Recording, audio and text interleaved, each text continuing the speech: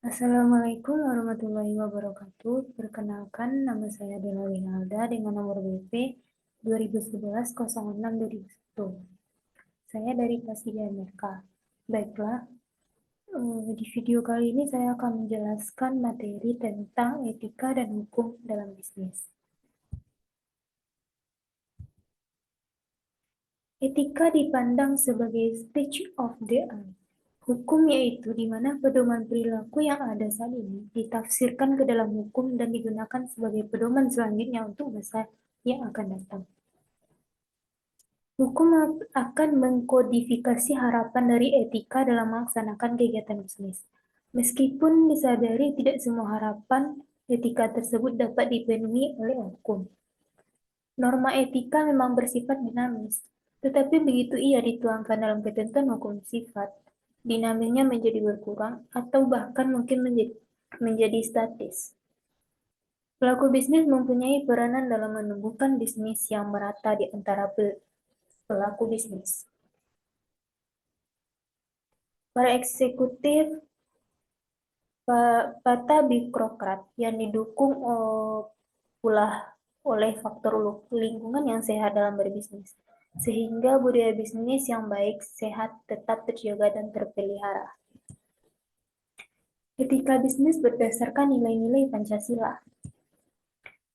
Perspektif Pancasila sebagai landasan pembentukan etika bisnis diperlukan untuk yang pertama, pembentukan etika bisnis yang sesuai dengan kondisi bangsa. Yang kedua, penegakan demokrasi ekonomi yang sejalan dengan nilai-nilai Pancasila dan Undang-Undang 1945 dalam pasal 33. Yang terakhir, memberikan perlindungan pada usaha mikro, kecil khususnya. Aliran dalam etika, yaitu ada dua macam. Yang pertama, aliran utilitarianisme. Baik atau buruk setiap tindakan diukur dari apakah tindakan itu menghasilkan tingkat kesenangan atau kebahagiaan dan kemanfaatan yang terbanyak dengan pengorbanan yang sedikit. Yang kedua, aliran deontologi.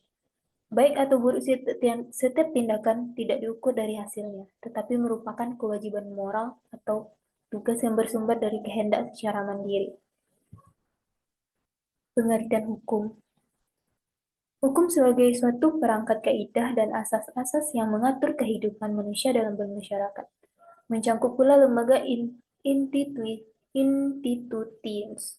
dan proses yang diperlukan untuk mewujudkan hukum itu dalam kenyataan. Pengertian bisnis, keseluruhan kegiatan usaha yang dijalankan oleh orang atau badan secara teratur dan terus-menerus, yaitu berupa kegiatan mengadakan barang-barang atau jasa-jasa maupun fasilitas untuk diperjualbelikan, dipertukarkan, atau disewakan dengan tujuan untuk mendapatkan keuntungan. Dalam upaya memperoleh keuntungan atau laba tersebut, tentu perlu adanya rambu-rambu pengontrol. Agar tidak menghalalkan segala cara demi mencapai tujuan bisnis tersebut, maka diperlukan hukum. Macam-macam sistem hukum. Yang pertama ada sistem hukum Eropa kontinental. Hukum memperoleh kekuatan dan tersusun secara sistematik dalam kodifikasi atau kompilasi tertentu. Hukum adalah undang-undang. Tujuan untuk menjamin kepastian hukum diatur oleh peraturan tertulis. Sistem hukum kontinental sangat berpengaruh di Indonesia yang menerapkan paham positifnya. Yang kedua ada sistem hukum Anglo-Saxon atau Anglo-Amerika. Sumber hukumnya merupakan putusan hakim atau pengadilan, judicial decisions. Hakim mempunyai wewenang yang sangat luas untuk menafsirkan peraturan hukum yang berlaku, sering disebut sebagai case law. Yang ketiga, ada sistem hukum adat, bersumber pada peraturan hukum tidak tertulis yang tumbuh berkembang dan dipertahankan dengan kesadaran hukum masyarakatnya. Merupakan percerminan kehidupan masyarakat, contohnya hukum agraria. Yang keempat, ada sistem hukum Islam, dari Haji Waris. Sumber hukumnya merupakan dari Al-Quran yang mana sebagai pedoman hidup bagi umat Islam. Tentunya hukum Islam akan berpedoman pada Alkitab. Pengertian hukum bisnis. Perangkat kaidah-kaidah hukum yang diadakan untuk mengatur serta menyelesaikan persoalan yang timbul dalam aktivitas antar manusia khususnya dalam bidang perdagangan. Serangkaian peraturan yang berkaitan secara langsung maupun tidak langsung dengan urusan-urusan perusahaan dalam menjalankan roda perekonomian. Hukum sebagai salah satu sarana atau alat pengawasan yang efektif untuk mengendalikan praktek bisnis yang tidak sehat. Bisnis tidak bisa lepas dari faktor hukum, tetapi hukum saja belum cukup untuk mengatur bisnis. Dalam hal ini didukung faktor lain seperti etika, bahkan pada taraf normatif. Etika mendahului hukum. Mematuhi hukum dalam bisnis adalah suatu keharusan. Etika berkaitan tentang apa yang benar dan apa yang salah, sedangkan hukum cenderung dapat ditafsirkan sebagai masalah legal atau ilegal. Pembangunan kultur bisnis yang sehat idealnya dimulai dari perumusan kembali etika dasar, yang digunakan sebagai norma perilaku sebelum norma perilaku dibuat dan dilaksanakan. Selanjutnya, pemahaman bidang hukum. Pemahaman bidang hukum penting bagi seorang pengusaha, antara lain keberadaan hukum atau undang-undang yang berhubungan dengan usahanya atau kegiatan bisnis. Hak dan kewajiban yang ditimbulkan oleh keberadaan hukum atau undang-undang yang bersangkutan. Sanksi-sanksi yang akan terjadi terhadap pelanggaran hukum yang bersangkutan. Manfaat keberadaan hukum tersebut sebagai pertimbangan bagi pengusaha dan pihak-pihak lain yang terkait. Landasan hukum bisnis. Yang pertama ada landasan ideal, yaitu Pancasila. Yang kedua ada landasan konstitusional. Ada Undang-Undang 1945, Pasal 33, Pasal 26, Ayat 2. Ketentuan hukum lainnya seperti hukum perdata, hukum pidana, Undang-Undang perpajakan atau peraturan pelaksanaannya, dan peraturan pelaksanaannya. Undang-Undang Perseroan Terbatas, Undang-Undang Anti Monopoli dan Persaingan Usaha Tidak Sehat, Undang-Undang Perlindungan Konsumen, dan yang terakhir, selanjutnya ada hukum dagang, hukum ketenagakerjaan dan peraturan pelaksanaannya, Undang Haki, yang berisi Undang-Undang Nomor 14 Tahun 2001 tentang paten, Undang-Undang tentang rahasia dagang, Undang-Undang Kapalitan dan Peniadaan Kewajiban Pembayaran Utang, Undang-Undang Perkooperasian, Undang-Undang Tindak Pidana Pencucian Utang, dan yang terakhir ada peraturan daerah. Tujuan dan fungsi hukum.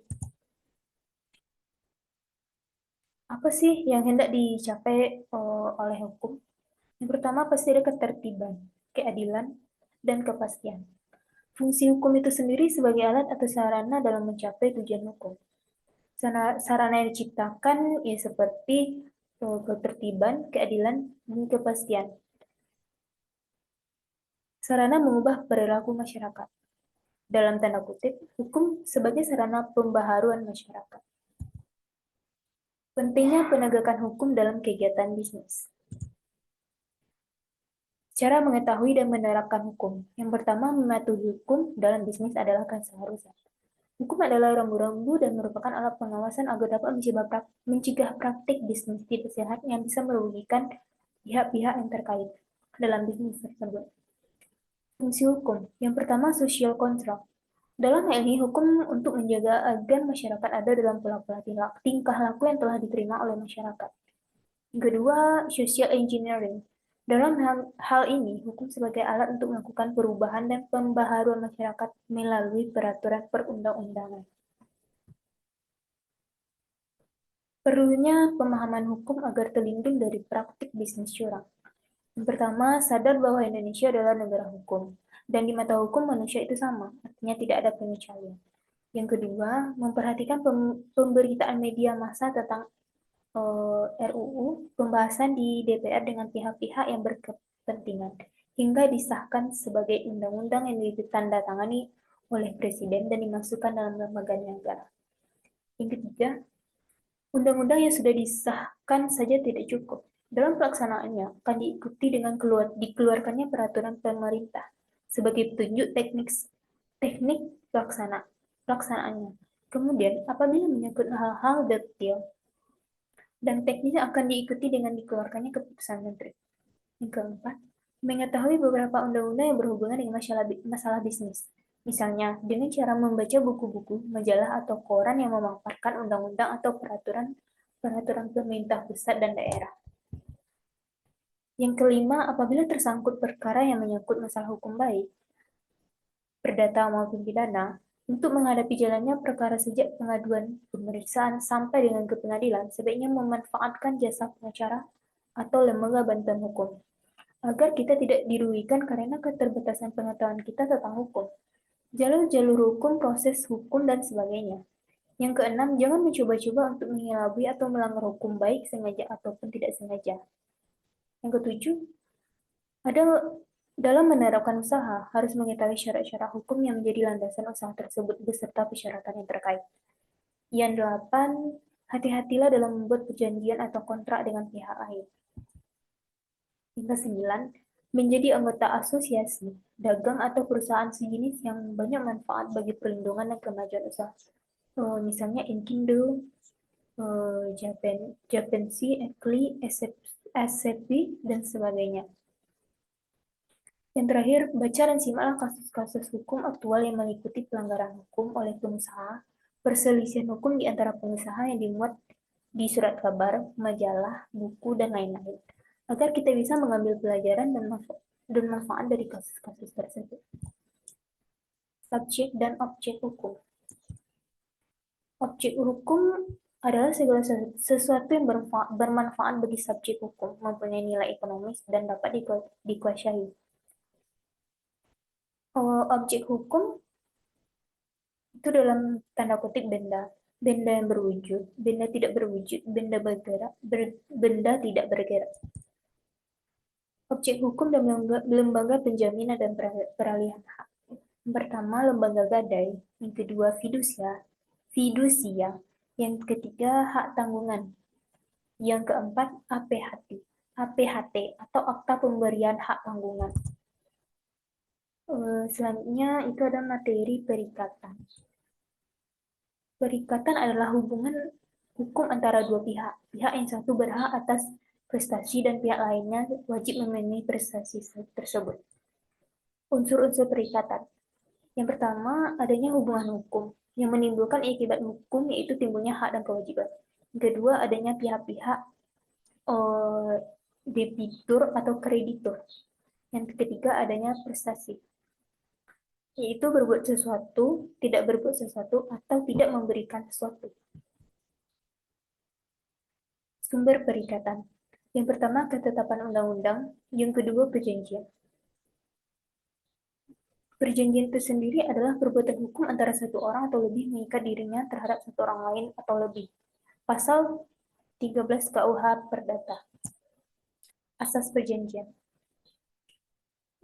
Yang pertama, asas kebebasan berkontrak, asas konsensualisme, asas pacta sunt servanda, asas kekuatan pengikat, asas kepastian hukum, asas moral, asas kebiasaan, asas ketakutan, asas keseimbangan, asas kepercayaan, dan asas etikat baik atau good truth.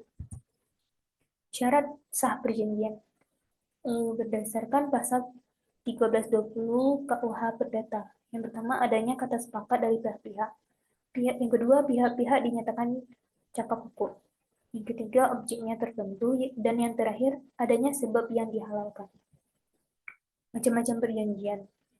Di sini ada 3 macam-macam perjanjian. Yang pertama, konsensus, formal, dan real. Perjanjian baku. Perjanjian baku adalah perjanjian yang isinya dibuat atau disusun secara sepihak. Ciri-ciri perjanjian baku ini adalah isi perjanjian dibuat atau ditentukan secara sepihak atau oleh kreditur yang posisinya relatif kuat. Yang kedua, debitur tidak turut dalam menentukan substansi kontrak. Yang ketiga, debitur cenderung untuk menerima isi kontrak karena kebutuhan. Yang keempat, dibuat secara tertulis. Yang kelima, format dipersiapkan terlebih dahulu, isi dan formatnya. Contohnya perjanjian kredit, perjanjian asuransi, dan lain-lain. One prestasi dan force majeure. One prestasi itu perbuatan ingkar janji. bentuk prestasi itu sendiri. Yang pertama, tidak melakukan apa yang telah disanggupinya. Yang kedua, melaksanakan isi perjanjian tetapi tidak sebagaimana mestinya. Yang ketiga, melaksanakan perjanjian tetapi terlambat. Dan yang terakhir, melakukan yang ternyata tidak boleh dilakukan. Force majeure. Force majeure atau overmatch adalah suatu kegiatan adalah sesuatu keadaan darurat. Debitur tidak dapat melaksanakan perjanjian yang disebabkan bukan kesalahan debitur. Akibat hukum dari force majeure, timbul risiko yaitu kewajiban memikul kerugian yang disebabkan adanya kejadian di luar kesalahan salah satu pihak. Siapa yang bertanggung jawab terhadap risiko yang timbul? Tanggung jawab risiko menurut teori objektif dan subjektif. Tanggung jawab sosial perusahaan. Tanggung jawab sosial perusahaan atau corporate social responsibility merupakan komitmen usaha untuk bertindak secara etis, beroperasi secara ilegal, dan berkontribusi untuk peningkatan ekonomi perusahaan bersamaan dengan peningkatan kualitas hidup dari karyawan dan keluarganya, komunitas lokal, dan komunitas secara luar biasa. JCR menurut The World Business Council for Sustainable Development, yaitu komitmen bisnis untuk berkontribusi dalam pembangunan ekonomi berkelanjutan, bekerja dengan karyawan perusahaan tersebut, komunitas-komunitas setempat atau lokal, dan komunitas secara keseluruhan dalam rangka meningkatkan kualitas hidup. JCR merupakan peningkatan kualitas kehidupan mempunyai arti adanya kemampuan manusia sebagai individu anggota komunitas untuk dapat menanggapi keadaan sosial yang ada dan dapat menikmati serta memanfaatkan lingkungan hidup termasuk perubahan yang ada sekaligus memelihara. Atau merupakan cara perusahaan mengatur proses usaha untuk memproduksi dampak positif pada komunitas.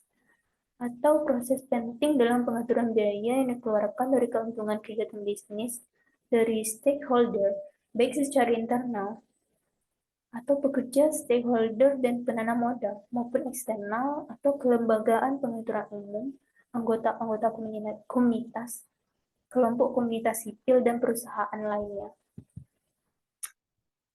Baiklah, mungkin yang dapat saya sampaikan tentang materi ini. Kalau ada salah, saya mohon maaf. Wassalamualaikum warahmatullahi wabarakatuh.